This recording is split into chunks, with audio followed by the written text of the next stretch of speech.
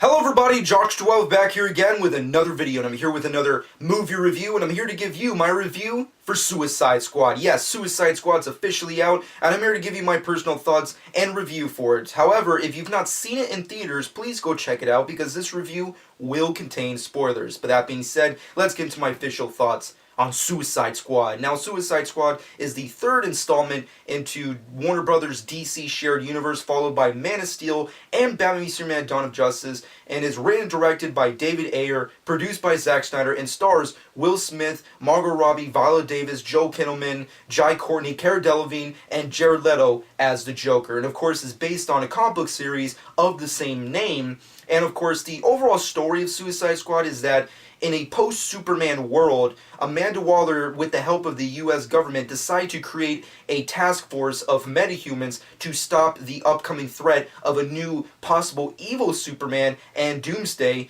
and the hilarious, I guess, hijinks that follows post Task Force X. And that's pretty much the overall plot of Suicide Squad. Now, going into the film, I could definitely say this was a movie that was, even prior to even thinking about it, was going to be controversial. The big thing nowadays is to really shit on DC movies and to really nitpick on them. I know it's really been a major battle with critics versus fans. For me personally, I was never really that anticipated to go into Suicide Squad. Going into Suicide Squad, I was looking forward to one of two things, which is hopefully a good Killer Croc, because I love Adewale, and freaking Margot Robbie as Harley Quinn. So if it was going to be a disappointment in the way that the critics kind of made it out to seem, then it would bum me out, but really wouldn't kill me inside, considering I wasn't entirely anticipated for this film. However, I can definitely say, after seeing this movie in retrospect, I could definitely say I had a really fun, entertaining time. This movie is very fun and entertaining, and that's also the biggest positive,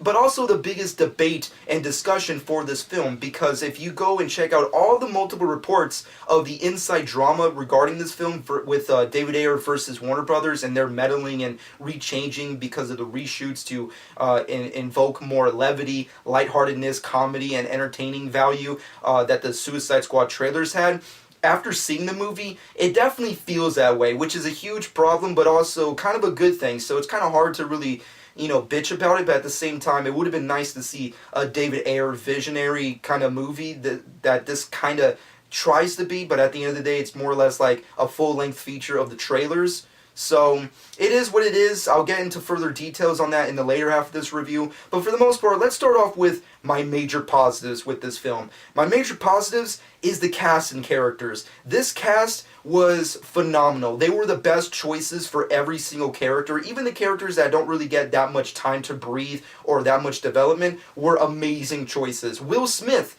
I was completely fearful of his performance and character role in this film, because I feel like the movie was going to be like the Comic-Con panel for the movie, which was the Will Smith show. And as much as I grew up on Will Smith projects and love the guy, I don't really want to see an entire movie that's just dedicated to Deadshot versus what the movie should be, which is the entire squad. However, Will Smith plays his role perfectly. He obviously gets top billing, he gets the most development and the most character arc throughout the movie that comes full circle. However, he plays it generously, he plays it earnestly, and I love that about him in this movie. He is awesome as Deadshot, and I love the fact that he gave a lot of limelight for other various characters in this movie. So huge plus for Will Smith. Moving off of that, all the other characters were pretty great. I mean, Jai Courtney, a lot of people despise the living shit out of Jai Courtney as an actor. For me, he never really bugged me. I mean, he was in one of my favorite TV shows of all time, which was Spartacus, so I never hated the dude. And in this movie, I could definitely say he was like born to play this role, which is great. I think he played it perfectly, because when you think about it, he's playing a character called Captain Boomerang, and Captain Boomerang is the cheesiest, stupidest Flash villain of all time. He's just so dumb and stupid and cheesy that the only way to play that character is dumb and cheesy, and that's what Jai Courtney did, and it's awesome. It's really cool to see that. Other characters are really great. Viola Davis as Amanda Waller is magnificent. She is truly the main villain of this film, and she's menacing, she's badass, she is truly the boss of this film. She says fucking to do something, you fucking do it. And if you don't do it, you're fucked. And that's the great thing about her as Amanda Waller. I can't wait to see more movies with her as Amanda Waller because she destroyed. She was truly the A-plus runner when it comes to acting and performances in this film. However, I will admit that her character didn't make that much sense, but I'll talk about that in my negatives. Moving off of that, other characters were great. I think Adewale as Killer Croc and also Katana were pretty okay. I wish there was more of them. They don't really have that much progression in the story. You kind of get hints and bits of, you know, oh, he's the strong, silent, sympathetic type, and she's, you know, this cool, badass, you know, sword swinging kind of character who has kind of a dark past, but we don't really touch upon that much. But overall, I think they were really okay for the way they were used. Moving off of that, Jay Hernandez as El Diablo. I'm going to say it, he fucking killed it. Jay Hernandez was amazing as El Diablo. He had the most heart. He was really just amazing. It was really cool to see his character go from, is he really adding anything to the movie, to now I see why he is who he is. And then at the end, when you finally get the inevitable end of his character, allegedly, you kind of just feel very bad, and you want to see more of him, hopefully, in the future. And I think Jay Hernandez said fucking he did a great job as El Diablo. Moving off of that, Joel Kinnaman, I think he did an okay job. He wasn't as amazing as I think that character could have been. I definitely think that it would have been a superior route to go with Tom Hardy as that character, but overall, he was okay. Moving off of the main core squad, other real great aspects of the film, the visual effects. I really liked how they incorporated the visual style of the marketing of the film into the actual film. The montages of how they tell the origins of each squad member I thought was really cool. The overall action was pretty good too. I think it gets definitely a little sloppy by the third act, the final boss battle, but for the most part, the action sequences are pretty sweet. Deadshot definitely has one of the best action sequences, which I'm not going to completely spoil, but he does have one, and it's magnificent to look at. And with that being said, let's move on into some surprisingly positive stuff about this film, which has to be the Just League cameos. Now, we already knew going into the film that we would have Just League cameos, and we do get a couple. We see some referencing to Aquaman. We do get a Flash cameo, and of course a Batman cameo that we've already seen in the trailers. Now let's start off with Flash. Flash, he has pretty much the same general kind of cameo he does in Batman v Superman, but I will say his cameo in this film is far superior than his cameo in Dawn of Justice. In Dawn of Justice, you're kind of like, who the fuck was that guy? And then like some guy has to tell you like, oh, that was a Flash, and then you have to question yourself, which is like, was he really? Are you sure? Because he didn't look like the Flash. In this movie, he is the Flash, he talks like the Flash, he runs like the Flash. It's freaking awesome. Ezra Miller is the Flash. No offense to Grant Gustin, you are the best, but Ezra Miller, he did a pretty good job in this movie. Moving off of that, Batman. Now, Batman, as you all know, is hands down my favorite American comic book character of all time. He is the best. I love Cap, I love Spidey, but Batman's number one in my book. And I despised him in Dawn of Justice. I'm not going to lie. I despise Batman in Dawn of Justice. I don't like Murder Man. Whatever Zack Snyder was on when he was creating that character was not the right way to go. And even though I like Ben Affleck as a performer and I think he has potential to be a great Batman, the potential went into this fucking movie. And granted, it is a prequel when we get to kind of see Batman. He's not really in real time. We only get to see Batman through flashbacks in this film. But the way we see Batman is basically the way we should see Batman at all times. He was menacing, he was cool, he was badass, he was doing Batman things. He wasn't shooting motherfuckers in the head, he wasn't murdering people with gauntlets and fucking batarangs and his atrocity that is his Batmobile. He wasn't doing any of that shit. He wasn't stabbing people in the dick with a batarang. He wasn't doing none of that shit. He does something that really made me fucking smile and really just a heartfelt kind of moment, which was in this flashback scene where we get a montage of the origin of Deadshot. Batman is trying to arrest Deadshot. And spoilers, he does something that no real other Batman has ever done, and I hope we see more of, which is he goes into his utility belt, pulls out a pair of bat handcuffs. I'm not gonna fucking lie. I love that fucking moment. He didn't kill motherfuckers. He didn't fucking talk like a douchebag. He just addressed the problem between Deadshot and his daughter and pulled out a pair of handcuffs and arrested him the right, correct way that Batman should. And I say, kudos, Ben Affleck. Whatever you were fucking doing in this movie or told to do in this movie, do more of that. You're making the solo Batman movie. You do more of this with like a really crime thriller meets film noir detective story with the kind of Batman stuff you were doing in this fucking movie. You sold me on Batman. I'm completely flip-flopping, I know I am, but come on, let's just be honest. Murder Man was terrible. Batman in this movie was amazing, and I want to see more of that. But overall, that's pretty much the general gist of my major positives with the film. The cast was great, the characters were great, the way they were used was good. Some more than others, of course. Acting and performances were pretty decent. Batman was awesome, Flash cameo was good, the visual effects, the action, the overall montages between the origins of the characters. Really cool stuff there. But with that being said and done, let's move off of my positives and get into more or less my more divisive aspects of the film, the things that I came out of it being like more or less 50-50. Let's get into that. Now, Suicide Squad gave us a lot of stuff when it came to its characters and its cast. Will Smith, Viola Davis as Amanda Waller, her interactions with the main core squad, and of course her cameo appearance with Bruce Wayne, Batman, which I'll get into later in the review. But for the most part, the big wild cards of this film is Harley Quinn and the Joker, played by Margot Robbie and Jared Leto. Now, for me personally, Harley Quinn was the definitive thing I was looking forward to in this film. If it bombed, it bombed. If it was great, it was great. For me, I wanted to see Harley Quinn. This is her film debut, and I wanted to see it. I was completely anticipated. I love Margot Robbie. I think she's a talented, phenomenal actress. She's obviously drop dead gorgeous. I was looking forward to her being in this film. However, I could definitely say that as much as I liked her performance and her overall style and her physicality rather, when it came to the course of this film, I could definitely say I liked Harley and Joker together more than they were separate. Now let's get into Margot Robbie. Margot Robbie, for the most part, is pretty decent in this film. She does a lot of physical stuff that you would expect Harley Quinn to do. She's quippy, she's interesting, she's fun, she's sexy, she kills it. She's great.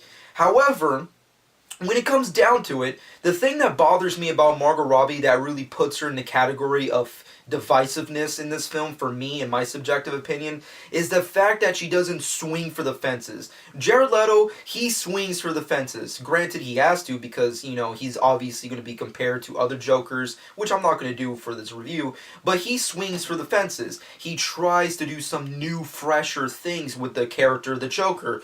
Margot Robbie as Harley Quinn doesn't do that at all. She does a lot of cool things, she does a lot of great things, but for the most part, she's just doing basically her character in The Wolf of Wall Street combined and mixed in with like the Harley Quinn we've seen in like the Arkham video games. It's like if you took those two characters, put them together, that's where she is. And you can obviously tell because all throughout the film, she kind of has like this rip-off like Tara Strong, like Arlene Sorkin kind of voice going down. Then she has like her regular kind of Margot Robbie voice, and then she kind of like has this weird like Brooklyn accent, fucking, you know, Wolf of Wall Street kind of thing going down. You can tell all throughout the film that her performance, especially through her vocals, really changes, and it really starts to get annoying. And I just really wish she did more with that character. Granted, there are, you know, hints and rumors that she'll get her own solo film in the future by Warner Brothers in this DCEU, but for the most part, I was kind of let down with her performance in this movie. I think she looked great, I think she has potential, I think she brought a lot of cool, interesting aspects, and I feel like her relationship with the Joker was phenomenal. But for the most part, she played it safe in this film. And I didn't want her to do that. I was looking forward to a Harley Quinn that I did not expect what she would do next. Margot Robbie in this movie, you could pretty much, like every step of the way, you know, pretty much figure out what she's going to do before she does it, and then she does it. And you're like, well, I was hoping for more than that. And that's kind of like the overall problem I have when it comes to Margot Robbie as Harley Quinn. But with that being said, let's get into the more controversial aspect of my personal thoughts on this, which is the Joker. Now, a lot of people have been debating Jared Leto's Joker. A lot of people are overselling and overrating his performance. For me, in my subjective opinion, and I might get shit for this, but I didn't really like Jared Leto as the Joker. I thought he was okay at best, but I more or less liked him more with his relationship with Harley and everything he had to deal with her than he was separate. When he was on his own, I completely found myself uninterested on the Joker, and that is the biggest disservice. And maybe that has a lot to do with the fact that Joker in this movie isn't really used to his full potential. He's not the main villain. He's hardly in it at all when you think about it, and there's not really much there to judge. You can't really judge Jared Leto as the Joker because there's nothing really there. He's completely underutilized, which I feel like was a disservice, and a lot of the stuff that he did shoot for this film was cut out, and you can obviously tell that he was very disappointed by that, and I am as well, because I like Jared Leto as a performer. I think he's a very talented dude, and I think he could have brought a lot of really hardcore stuff to this character, and I feel like even though he does do certain things different in comparison to previous Jokers, there's just not a lot there for me to judge, and when he was there, I just found him to be an overall nuisance, which is just my personal opinion. I feel like his sexual innuendos, his like sexuality and creepiness was just off-putting to me. No pun intended, but it was just very off-putting to me. I feel like for the most part when he was interacting like specifically with Harley Quinn, he was on game. When he was on his own and like doing his own thing, he just felt like a raving wackadoo who just, I wish would just leave the screen. Like every time he was on screen and not with Harley, I just kept like thinking to myself like, God, can someone get this fucker off the screen? Like, hey, Hot Topic, can you hit the bricks? That's kind of how I felt, and that is kind of a bad thing, but I do want to see more of him, and hopefully he's utilized better in, future DC movies, specifically Batman films. But for the most part, when it comes to Suicide Squad, you don't get that much Joker, and when you do, he puts in an interesting new performance for Joker fans and, the character of the Joker in cinema. But for the most part, I liked him more with Harley Quinn. Now let's get into that real quick, because that is a large aspect of this film, which is the relationship between Harley and Joker. For me, I may have not loved their performances separately, but together, they're truly the Sid and Nancy of this fucking film, and it's freaking great. Their relationship together, I think David Ayer destroyed it. I feel like they played off each other chemistry-wise, was really on point, a lot like the rest of the squad.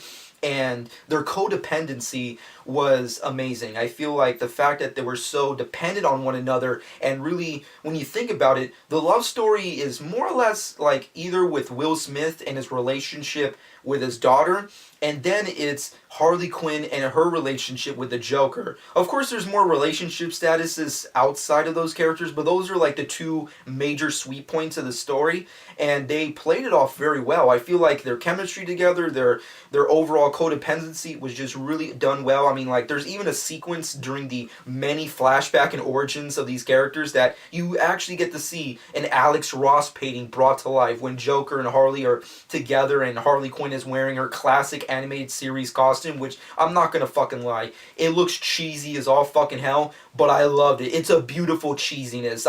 I wish there was more of that, but we do get it for a quick little moment. So for all of the like the really hardcore animated series fans who are like, she's not wearing her Jester outfit, where is it? Like all the fangirls and cosplayers, don't worry, she does wear it in the film, and it looks really great. It is cheesy and stupid at the end of the day, but I fucking loved it. I thought it was really cool. So, but moving off of that, Jared Leto, he was alright. I feel like he has potential, but for the most part, I felt like he was a nuisance. Margot Robbie, I think she brought her game, but she didn't go all the way, which I felt was annoying, and she definitely played it safe. She was very much paint by numbers, a lot like the movie itself, but for the most part I think she was okay, and I definitely would like to see more of them together, but separately I really think like if they're going to play off each other like in separate movies, like if Margot Robbie's going to get her actual own movie and what have you, and Joker's going to, go off against the Batman in his solo movie, you definitely need to bring everything you have eternally, physically, to really make these characters pop and shine. Because in this movie, they didn't really bring it in the way that I was anticipating them to do it. But with that being said and done, overall, those are pretty much my most divisive stuff when it comes to this movie. Now let's move on to the negatives real quick, because there are some major negatives when it comes to this film. For the most part, I've been pretty surprisingly positive about this film. I've loved the characters, the overall cast that we got, the visual style, the action, But for the most part, the thing that fails and flops with this movie is the overall concept of the villain. Now, the villain is an interesting part of every story, every hero journey story. You have to have a great villain to counteract the great protagonist you have and are following throughout the film. And this movie is something that DC Marvel hasn't really tackled before, which is villains versus villains. This is a villain story. This is a villain's movie. We follow the villains through their course throughout the story. However, it's also its major downfall considering that the villain of said story sucks ass. Now, for the most part, when you get down into brass tacks, if you will, Marvel versus DC. The one thing you can always say in comparing, contrasting the two companies of comic book lore is that Marvel focuses most of their time on superheroes. They don't really focus their time on villains. Their villains suck for the most part, especially in the movies. DC, however, has all the great villains, and they use them amazingly, maybe a little too much in comparison to their superheroes, but that's where the counterbalance comes between Marvel and DC. For this film, it kind of felt like DC was doing the Marvel route, which is, you know what, how about we focus on our superheroes more often? So that's what they've been doing for, I guess, the most part of this DCEU, and especially with this film, because the villains, even though at the end of the day they are villains and are doing kind of crazy, wacky things, they are the heroes of the story. We're following them as they go through this redemption story. The villain of the story completely drops flat. Cara Delevingne is the main villain. She plays Enchantress, and even way back in the day, when I was doing my early speculation, videos for this movie, back when I was like incredibly anticipated for everything DC, you go back and check out those videos, I was one of the first people to really, point out that I think Enchantress will end up being the main villain, and she is, with the help of her brother Incubus, of course. However, she sucks ass. Now, Cara Delevingne, she is a wonderful looking person. I think any guy can pretty much be, guilty of just, spending 5 hours of your day uselessly staring at her face, staring at her as a whole. It's kind of hard not to do that, as despicable as I am pointing it out. It's kind of hard. And overall, I think she is, a beautiful person. I think overall, I think she has possible potential to be a great actress. However, none of that potential is in this movie. It's pretty much shut out of the film, and it's pretty much lost pretty closely to the beginning of the film, because over the course of the film and the story, which is paper thin, which is another negative of this freaking movie, which is the fact that she has this love triangle, when more or less this love interest into Rick Flag, played by Joel Kinnaman, and he's also kind of a negative with this film. Even though I kind of liked him, he was also just like, I didn't really buy him all the time as Rick Flag, and for the most part, his relationship with Enchantress really didn't give anything to the audience. It wasn't really fleshed out. A lot like most characters in this film, when you have so many A-listers and so many comic book characters that need airtime, it's kind of hard to flesh out everybody, but the main villain story, which is Enchantress and her relationship with Rick Flag and how that pays in the third act, where she, I guess, decides to create a portal to destroy the world, Four Stick style for some reason.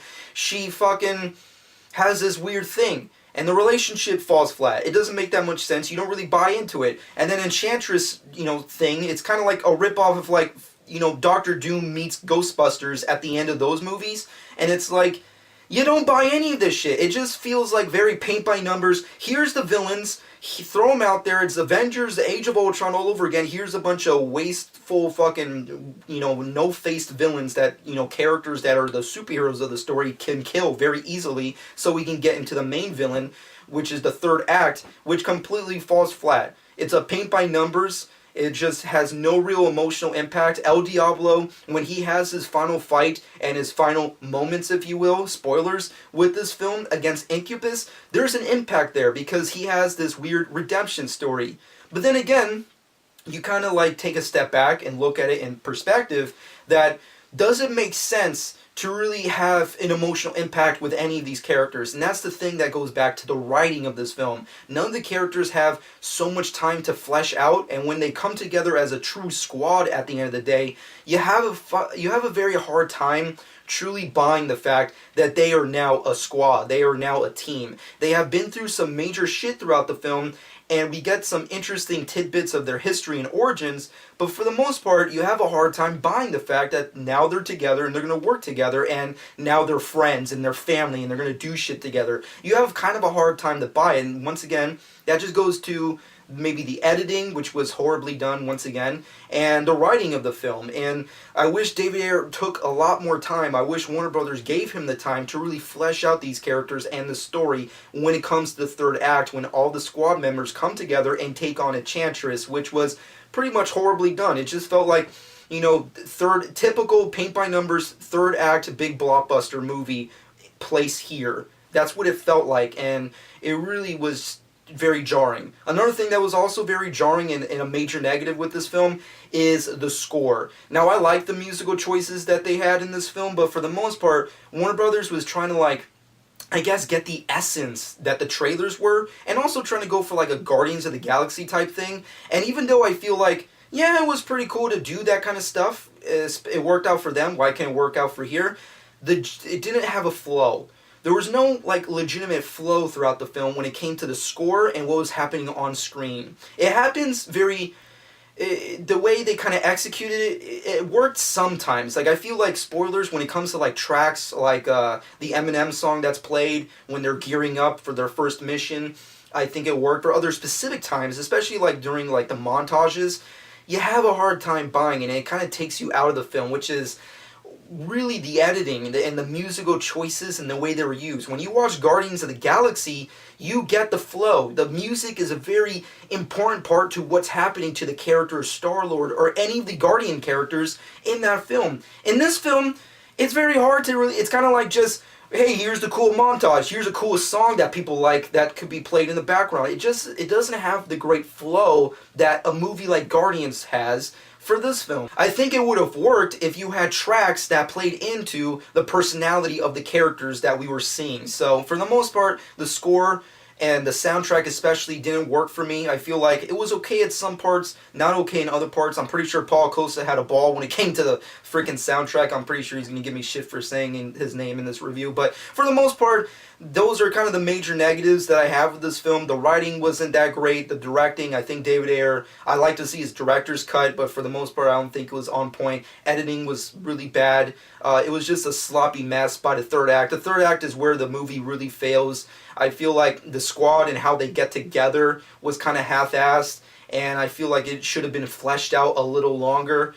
And the Enchantress as the main villain just didn't work. They should have just had the Joker. Those are the major negatives. Enchantress sucked. The editing wasn't that great. It's a sloppy mess by the third act. The squad and how they get together wasn't that great. The final boss battle in general wasn't that great.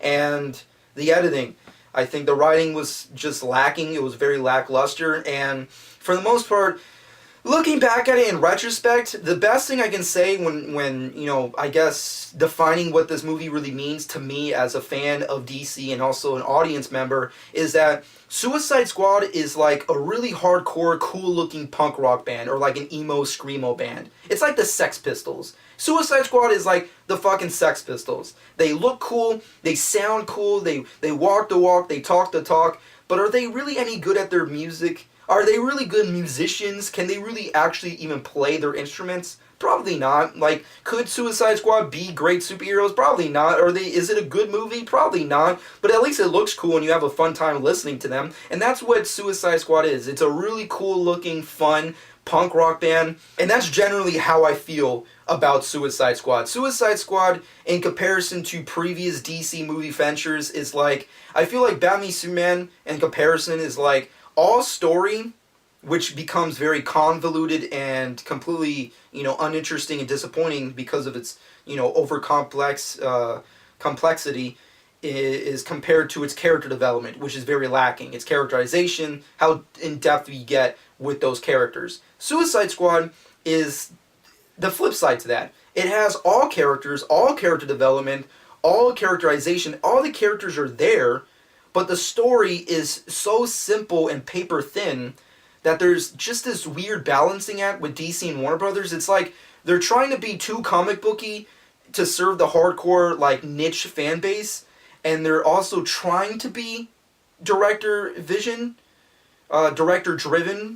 but they're having a freaking hard time to balance that out. I feel like Suicide Squad is definitely a step forward in the right direction, but it's also, in a lot of ways, a couple steps back. And hopefully with upcoming movies like Wonder Woman, Justice League, so on and so forth, they find a good balancing act between having good superhero movies that have great characters and also a great story. Not like one more than the other, just something that's a good balancing act throughout the boards, where we can enjoy these great movies and we don't have to go into theaters being scared like, oh, the critics hated it, how am I going to feel about it? Like, oh, the fan base is stupid, they don't know anything they're talking about. Oh, critics versus DC fans, like all that crazy stuff. Like, do this, make it more compatible with a balancing act when you're comparing the story and characters. And hopefully they can find a balancing act with, you know, serving the brand that is DC, making $1 billion, which is what Warner Brothers basically wants at the end of the day when it comes to us, and of course serving a director's vision.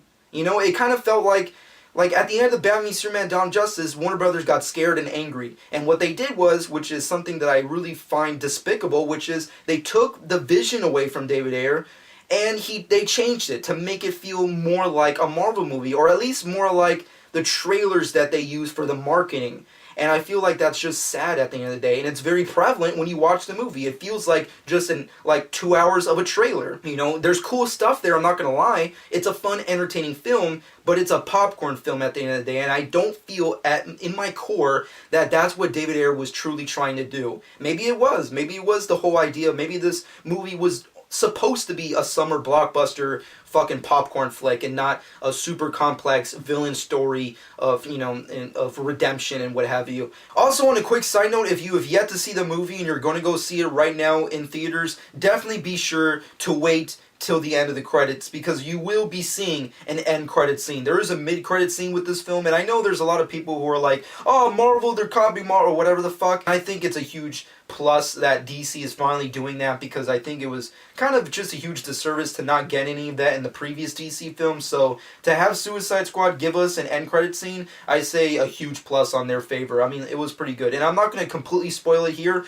but it is a scene between Amanda Waller and Bruce Wayne, and I'm definitely going to say this. It feels like something ripped out of the comic books when it comes to those two and their relationship together, and it is so freaking boss. I'm just saying, Ben Affleck, keep doing what you're doing. I mean, like, what you were doing in that other fucking guy's movie, that was stupid and lame. Don't do that. Do what you're doing in this fucking movie, because you were the Dark Knight in this film. You were the Batman. It was fucking awesome. And Amanda Waller, I'm just saying, Warner Brothers, keep giving Viola Davis more money to be in these movies, because she killed it as Amanda Waller. But with that being said and done, there it is. That's pretty much been my positives, my divisiveness, my negatives. Let's get into my final verdict for this movie, which was a hard decision to come by, because I didn't want to give it an overselling high rating, because I don't really think the movie really gave us that.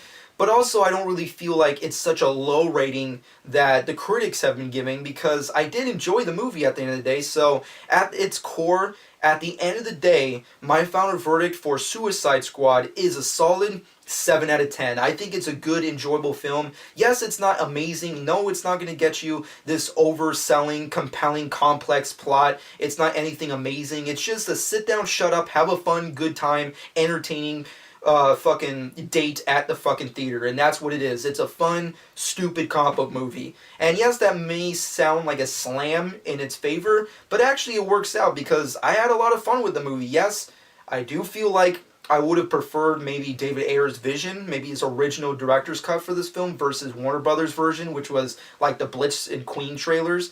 But for the most part, at the end of the day, I have to look in retrospect and say to myself, did I have a great time at the theater watching this film? And I did. It was a good, fun, okay, decent flick. It's definitely above average. It's not the greatest comic book movie of all time. Like I said, it's kind of like a really hardcore punk rock band. It's like the Sex Pistols of like the DC comic book universe, or maybe like the comic book genre in general. And I feel like it's a good course correction for DC, because there was a lot of great comic book stuff and references and Easter eggs, but for the most part, as a film, it does kind of have a lot to be desired, which is why it's down at a 7 out of 10. As a film, it's okay. It's okay. As a comic book movie, as a hardcore DC fan, it was really awesome and entertaining and fun. So when you put that together, right down the middle, it's a pretty decent flick. Let me know what you personally think about this stuff in the comment section below. But that being said and done, this has been my personal thoughts and breakdown of Suicide Squad the movie, and let me know what you personally think about it.